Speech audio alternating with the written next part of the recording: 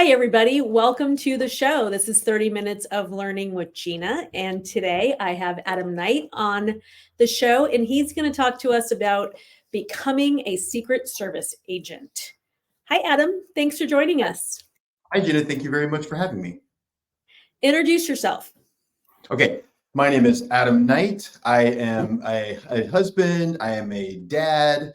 I'm a brother. I'm originally from Southeast Texas. Went to school at University of Texas at Austin. Then I joined the Army, then the Secret Service, and now I am in tech in the Bay Area. Okay, cool. Let's take it back a little bit. You once told me a story that when you were young, that you really wanted to be a spy. And that's kind of the journey that got you to being a Secret Service agent. So let's talk about wanting to be a spy when you were little. And please tell the story of what your dad did for you. Okay, so I was a 80s Cold War kid growing up with like Soviet Union versus the US, and there you have Red Dawn and all these crazy movies that I absolutely loved. And then I also was fascinated with the JFK assassination, and so was my dad, and what really happened. And I was a huge fan of the X-Files. So you had special agents, Scully and Mulder, right? And I was like, oh, I want to be a spy. Now, the funny thing is, Scully and Mulder were special agents for the FBI. They were not spies at all, but I didn't care. I just was super fascinated with it. So my dad said, why don't you write a letter to the Central Intelligence Agency asking about what it would be like to work for them? And I thought that was such a cool idea. And it was such a big, robust, bold thing to do. So we grabbed the typewriter, my mom's typewriter, and I wrote something down, and my dad actually typed it out for me. And then we mailed it to the CIA in Virginia, McLean, Virginia. And like a month or so later, they did. They responded, and I got an old school like trifold pamphlet of what it was like to work for the CIA and their different directorates. And in that was the clandestine service. And so that led me to, continue on that journey with the CIA. Wow, that is so cool. And I love that your dad didn't like poo-poo the idea and got you excited and lit the spark for you to pursue trying to be in the CIA or a Secret Service agent. That is so cool. He was super supportive. It was awesome. Yeah. All parents take note. That's such a special thing to do for your kid. And so then you go off to college. Mm-hmm. You major in Russian. Was that by design, or did that kind of just happen to you? It accidentally happened. So I started off like as a government major, like political science. And with that program at the University of Texas at Austin, you had to take 2 years of a foreign language. And I had taken Spanish in school. I grew up in Southeast Texas, so I was around Spanish quite a bit, and I really enjoyed it. And I still enjoy Spanish, but I wanted to try something different. So I earlier said I was like a Cold War kid in the 80s. I thought like, I'm going to try Russian. And I've got zero connections to that part of the world, but I wanted to give it a shot. So I started studying Russian, and I really enjoyed it. I enjoyed it so much that I changed my major, like my second year at UT, to Russian and East European studies with a minor in history. And so I got to take Russian for 3 years in college, and I was able to take a conversation class in it. And that led me to get a degree in Russian and East European studies. And I got to say too, at the time, there weren't too many centers for Russian and Eastern European studies at colleges in the United States. And UT had just started theirs. And so that's what I went with. Ah, very cool. And that really helped you. I mean, you got out of college, you graduated with your degree, and did you apply to the Secret Service or CIA? I did. So I applied to the Secret Service, the CIA, the Army. I wanted to be an officer in the Army, and the FBI. And so I was received well by the Army and the CIA.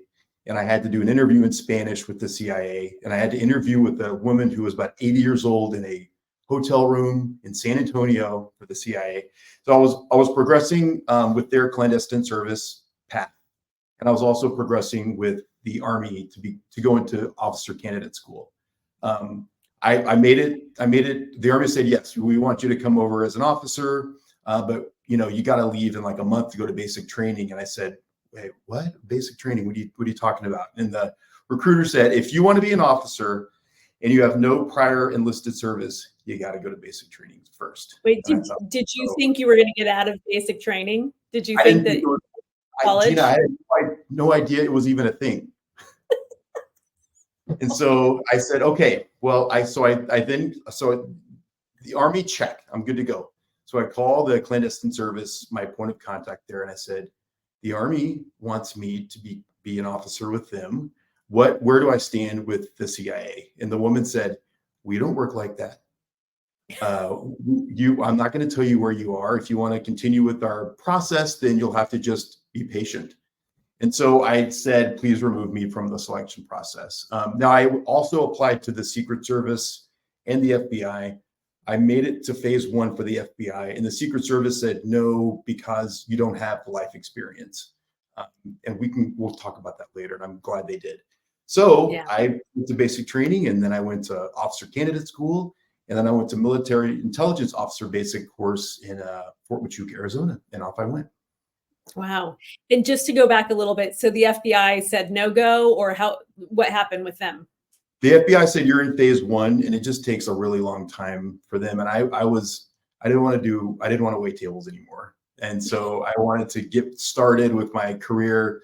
And so in May of 2001, I went to basic training. And side note, 9/11 happened in my second day of officer candidate school. So I was pre 9/11, and that kind of changed everyone's trajectory too. Wow. Okay. So you go to basic training. How long were you in the military for? I was active duty for 4 years and then 2 years in the Army Reserves. So from 2001 to 2007. And then I went into the Secret Service. Okay. So right when you get out of the military, you decide to reapply for the Secret Service.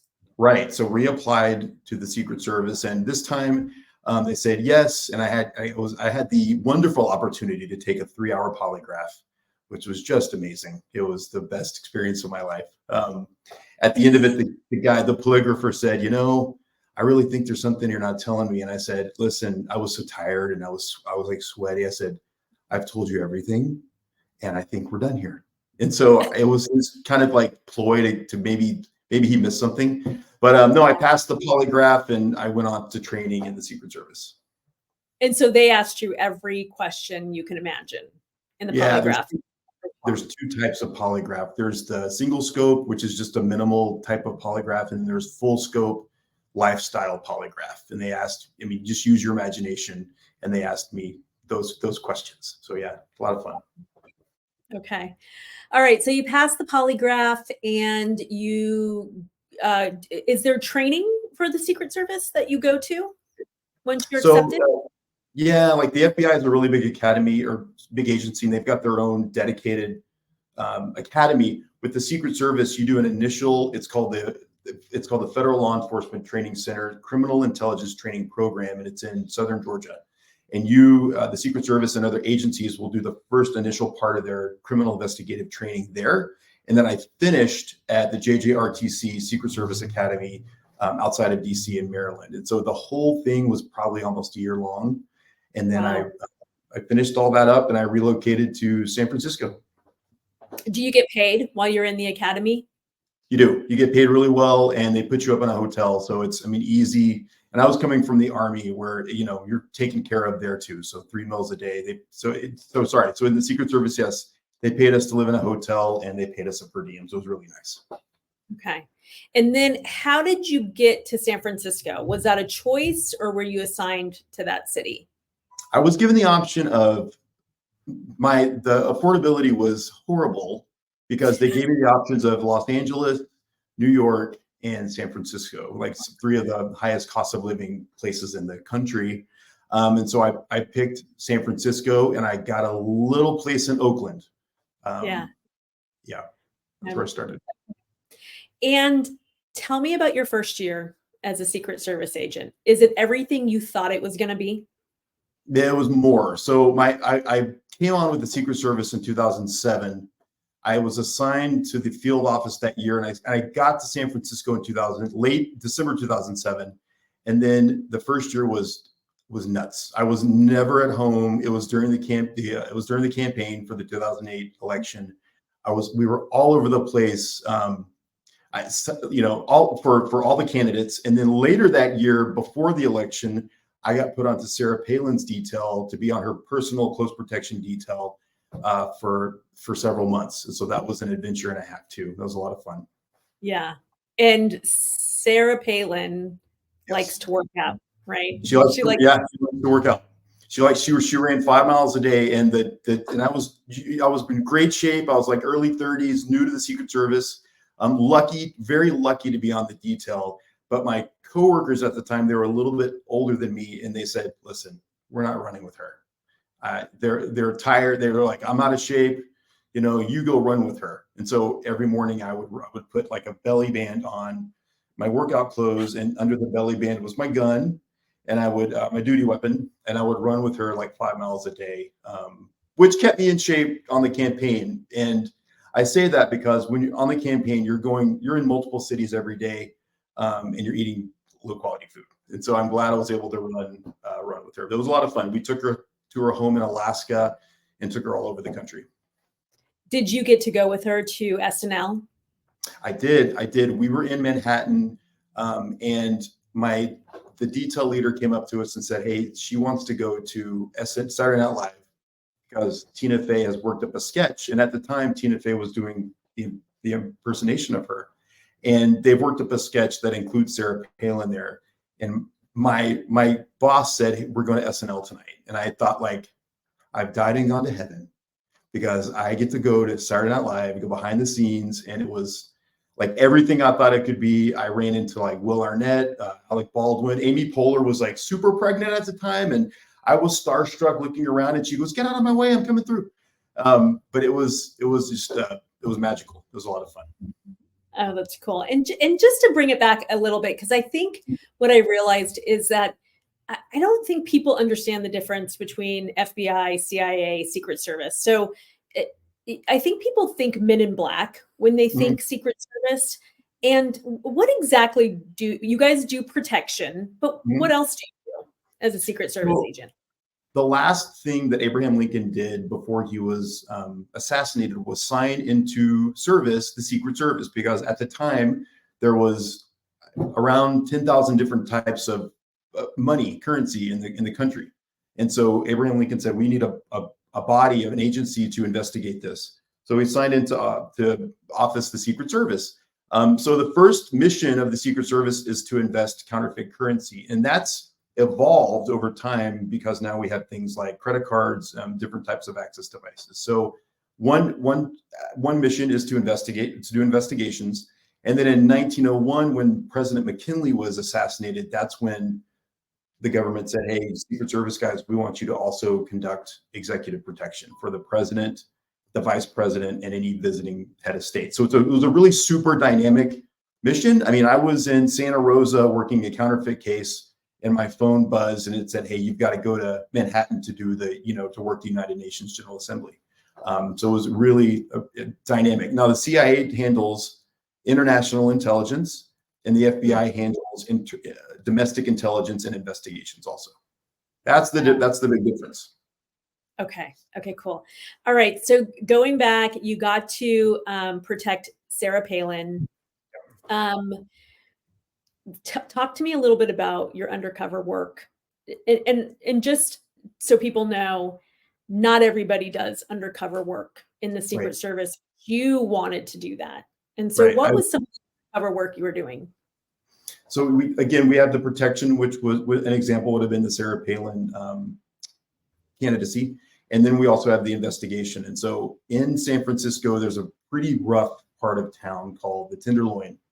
And in the Tenderloin, there's a buffet of crime to choose from. And so we had an informant.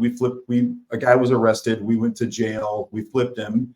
And he introduced me to a couple of people who were selling counterfeit credit cards with actual credit card information on the back. So I got to wear, and I volunteer. No one really volunteered to do this, The case agent said, Adam, would you want to be undercover for it? And I said, 100%. So I was, at the time, I had a beard and I had the gold chains and the tracksuit. And we had recently seized a beautiful convertible BMW and I got to drive that. So I was that guy in the Tenderloin, and I would go up and I would meet people and I would purchase illegally obtained items, and which led up to a buy bust. So we conducted several of these buys from folks, or I did. And then on game day, we decided to make the arrest. Now to really sell it, they arrested me too. So I make the purchase and, everyone comes in, my coworkers all come in to arrest me and the guy I'm working with. And I'm going to tell the story about you texting me. So that day we met and we went over the operations plan, and my cover team set up a position in the Tenderloin, and I was in the convertible BMW with the top was down. I had a Starbucks cup in the cup holder with a camera in it. I was wired up, and we had microphones all over the car. And I said a preamble, and a preamble is what you would say before you conduct your undercover operation, and it's for court. It's like a time date stamp. So I said, today is March the 15th, 2011. This is Special Agent Adam Knight. I'm working in an undercover capacity, and I'm about to go do X, Y, Z. And while I was saying this, and to note, this needs to be really clear because it's discoverable and it will be used in court. You texted me and you said, I'm going into labor. And just stop for 1 second. Everybody who doesn't know, Adam is my husband. Yes. And we met in 2008, right? Yes. Okay. Yes. So by this time, we've been married and now expecting our first baby. And Adam was undercover in the Tenderloin.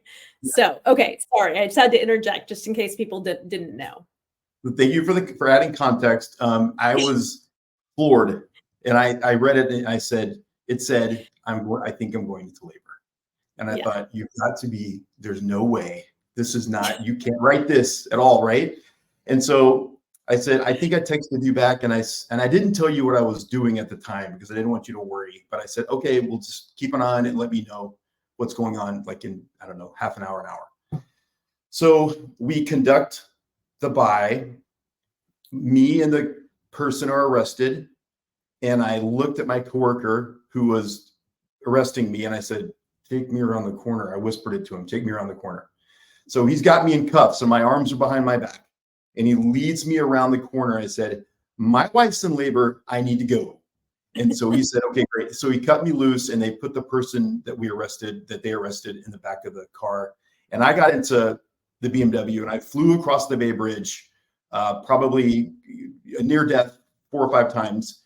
And I got home, and what did you say to me? I said it was false labor. False labor. Yeah. And you got to see my outfit. Yeah, and I got to see your tracksuit and your convertible BMW, and I thought to myself, I don't think I signed up for this, but we'll talk about that later. All right, so that's pretty cool. So you did the some undercover stuff. You got to meet a lot of different people. You got, because part of the Secret Service, as you said, is protection. Also, when foreign dignitaries come over, you might be assigned to them. Right. Foreign heads of state. Yeah. Yeah. Okay. So that's pretty awesome. Tell me one of your highlights, like just one of the things that just stand out to you. Yeah, I got to take Shimon Peres to the synagogue in San Francisco, up in the Richmond district, Synagogue El Emmanuel. That was a huge deal, and I was able to work from that location for like a week straight doing my advance.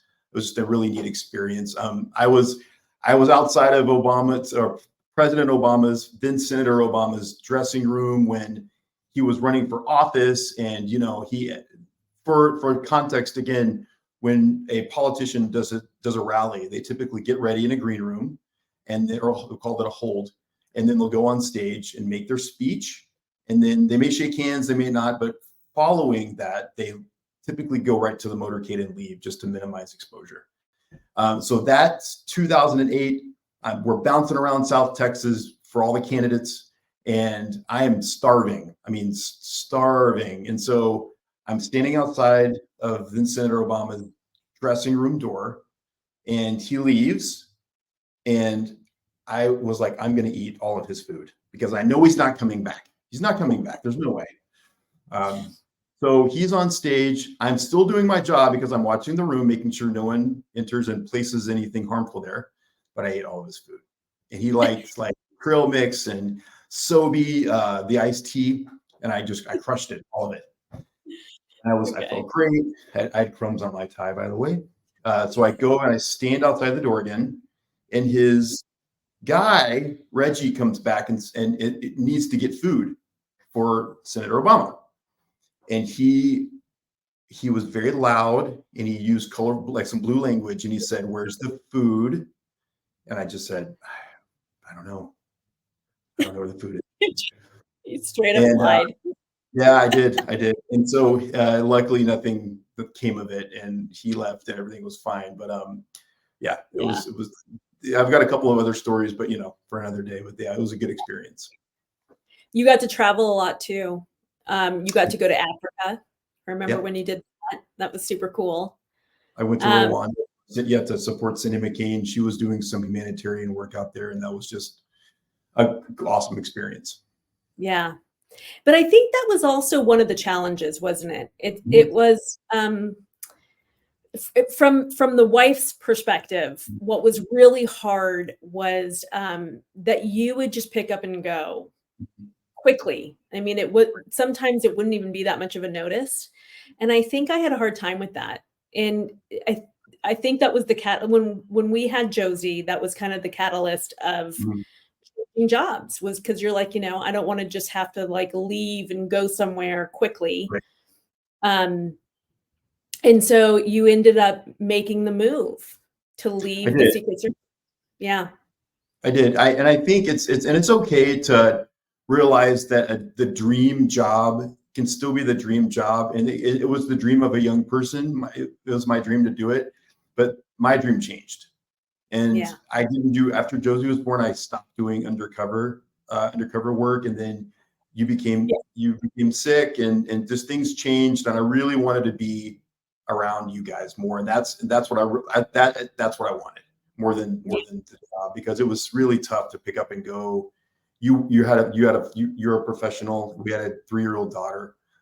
So I don't regret the decision at all. And that's also, if I had any advice to give anyone, when you're doing something as a young person, do everything that job can offer, because you don't know if you're going to stay with it, if your life changes and you pick a different path. And so I feel like I volunteered for everything I could with the Secret Service and in the Army too.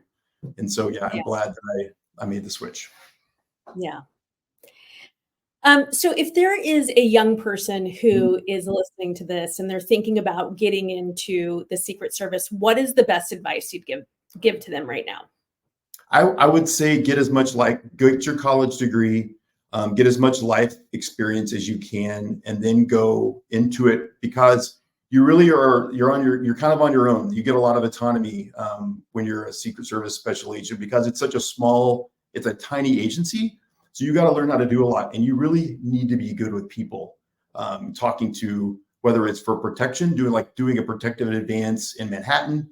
You're going to go talk to the librarian because the president of Tuvalu wants to go there later on, or whether it's interviewing a suspect. Get a lot of life experience, and that can be staying in school to get your master's, or maybe getting your JD in law, going to local law enforcement, joining the military, which was my route. And I think that, we've talked a lot about the Secret Service, but the Army was the best thing I've ever done for my career. I'll always believe that, because it really showed me the world and it showed me how to be a professional. So get life experience and then go be a superstar special agent in the Secret Service. Yeah, very cool. Okay, thank you so much for joining us and giving us your time. And we so appreciate the funny stories. And I just appreciate you. So thanks for coming on. Thank you, Jenna Odom. And I love being a part of Grow Mindset.